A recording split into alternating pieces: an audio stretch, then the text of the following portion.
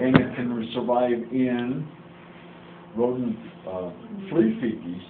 For 5 days. Yeah, so it's almost like suspended animation if you think about it. Right, right. Yeah, good point. We talked the other day, and you will not have to know that, but we talked about worms and different complex cycles that went through. We happened to show an overhead on I kind of thought, because there's still a big thing up in Alaska every year. Skinning and butchering a reindeer to get the eggs. Don't worry about that. We talked about how they fed that. Never mind, that's sort of more than we want in here. But I will mention something else. So the disease load was fairly, but not absent. It just wasn't one of these dreamland, this is the way to live in the whole world. But trichinosis, Clostridium botulism, about the most deadly thing you could think of. After Homeland Security wants to know about those things, don't they?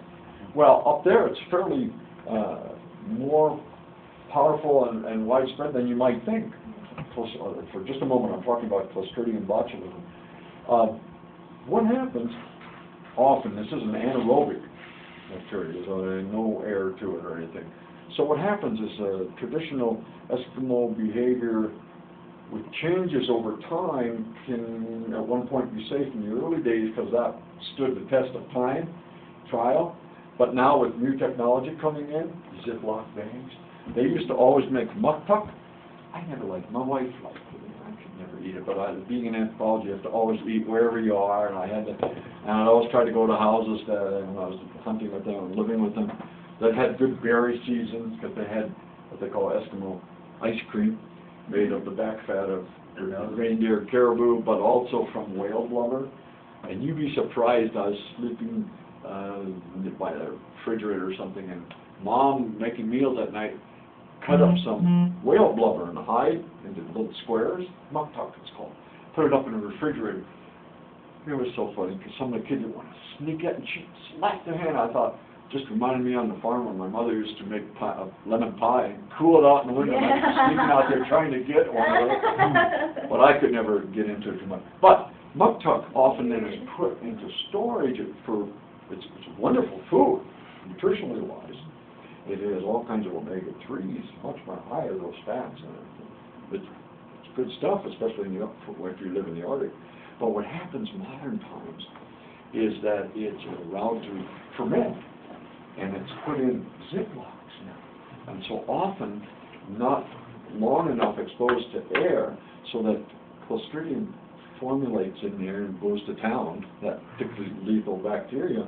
And then now, so many natives live in cities, including Anchorage now, over the last, I'm looking at 20, 30 years, I was there about 35.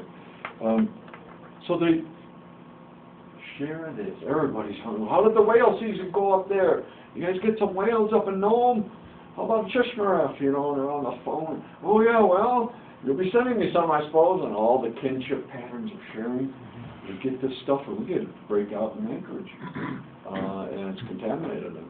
But now there's a lot of education from public health, and again, in the old days, they used to store it down in a pit with different layers of leaves and trees, and so the air could get to it, and you didn't have near that kind of problem. So again, this is technology brought in, sometimes superimposed, without enough other stuff, knowledge to go with it.